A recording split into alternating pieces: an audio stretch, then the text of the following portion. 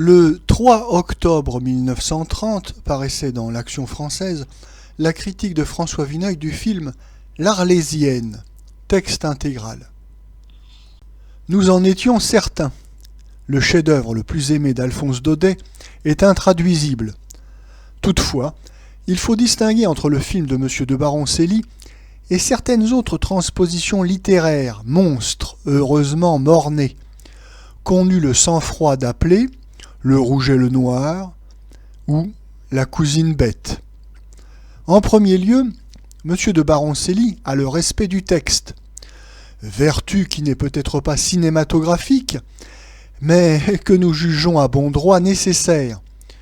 On ne traite pas Goethe, Stendhal, Balzac et Daudet comme Conan Doyle ou quelque obscur romancier de magazine, et nous dirions qu'il faut être de Chicago pour ne pas le sentir, si nous n'avions à déplorer des exemples non moins cruels de ce vandalisme. Que la nécessité de ne rien toucher à des types complets, dont les plus menus traits sont dans notre mémoire, dont le relief, la complexité se rit d'ailleurs des moyens encore si hésitants du cinéma, que cette nécessité soit pour le metteur en scène fort gênante, nous pouvons en convenir, mais personne n'a jamais réclamé du cinéaste qu'il aille puiser son inspiration dans un art aux antipodes du sien, et, lorsqu'il s'agit d'un grand écrivain, de formes trop définitives, trop vénérables, pour que nous ne les jugions pas intangibles. Monsieur de Baroncelli, qui voulait rester fidèle au drame, s'est heurté à ces difficultés, surtout lorsqu'il s'impose quelques concessions au grossissement, au style explicatif, malheureusement trop en honneur à l'écran. Ainsi, n'a-t-il pas voulu se résigner à cacher tout à fait l'Arlésienne, en se défendant de la matérialiser complètement.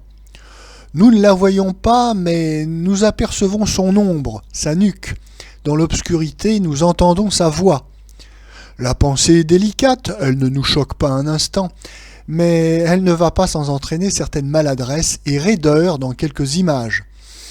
Mieux valait suivre mot à mot Alphonse Daudet et laisser un mystère absolu autour de la charmante et fatale silhouette.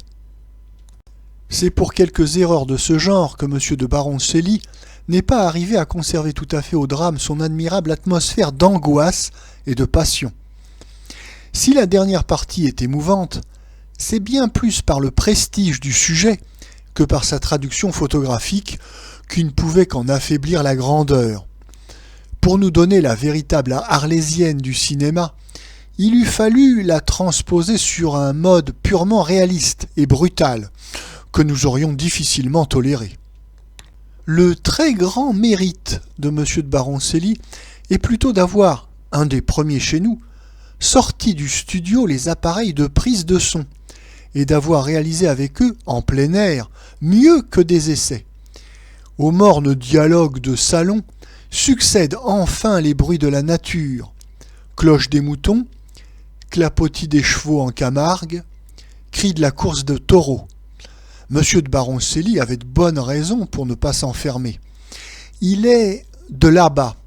C'est justement en homme du pays qu'il nous promène dans des coins cachés, pittoresques et évocateurs de l'adorable Provence.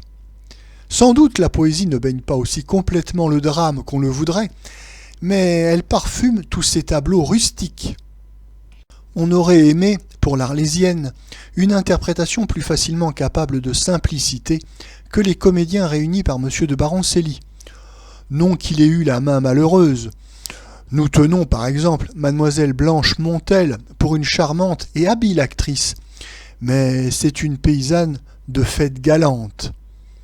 Monsieur Nogueiro, qui a bien le physique d'un jeune garçon de Camargue, aurait été sans doute excellent dans une version muette. Et la jovialité de Monsieur Jim Gérald commence à nous sembler un peu monotone. Charles Vanel a beau être un artiste remarquable, il n'est pas absolument à sa place ici. Et Schutz, le berger Balthazar, dessiner le personnage le plus conforme à Daudet, on regrette dans l'ensemble une absence presque continuelle de franchise, aussi bien dans la bonhomie que dans le pathétique. Quant à Rose Mamaille, c'est le genre de rôle le plus déplorablement tenu chez nous. Il faut avouer que Madame Germaine d'Hermoz, affectée et géniarde, ne fait pas exception à la règle. Puis, elle embrasse peut-être ses fils avec élan, mais comme on voit bien que son maquillage l'inquiète plus que le reste.